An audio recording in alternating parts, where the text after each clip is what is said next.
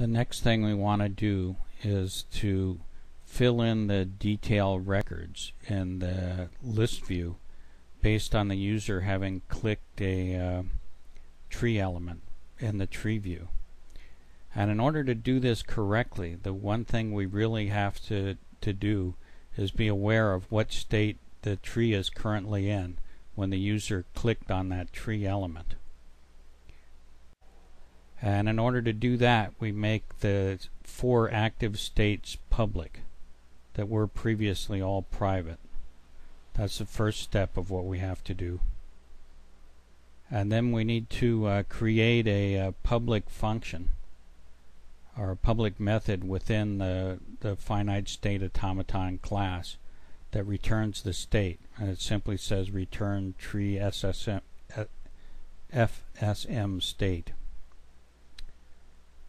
And then we need to go into the event handler for after select for the TreeView. So if we go into the form and double click on the TreeView, we'll go into the TreeView list by after select event. And you'll notice we instantiate 2 objects, a ListView item LVI and a ListView item ListView subitem LVSI. And we don't actually use the sub item until the next lesson when we're actually displaying detail records. In this lesson, the first real code is we take our tree finite state automaton object and call the getState method.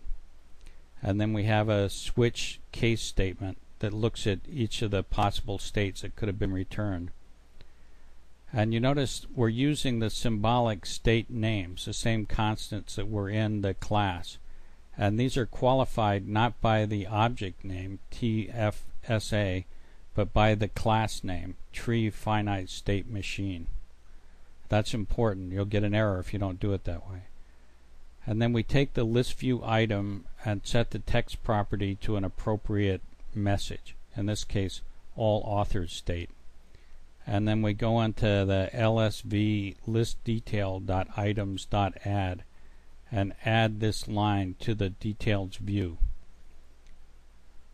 And we do essentially the same thing for the other 4 states, the author unread state with the appropriate author unread state text, and the type all state.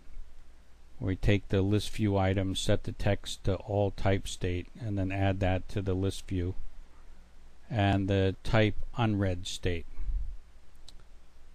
So let's compile this code and see if it works. We select the Listings tab, and then you'll notice that right now the Author Radio button is selected and the Unread is unchecked. And that means we're in the all author state. So if we click on an item, indeed it does display all author state. And if we click on the unread and then click on some tree element, it says unread author state. So that's correct. We click on a type, and you notice it's all types, not authors now. Click on an item and it says unread type state. And if we clear the unread check button and click on an item, it says the all type state.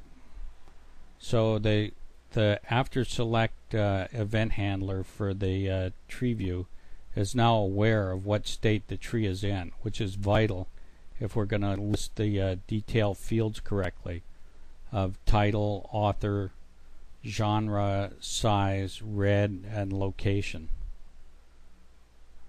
Which is what we do in the next lesson, creating different SQL based on what state the tree is in when the tree element is clicked. Well, I hope you enjoyed this lesson, and remember until the next lesson to always focus and learn a lot. I'll see you in Alexa09, where we actually start displaying detail records based on the user clicking on the tree.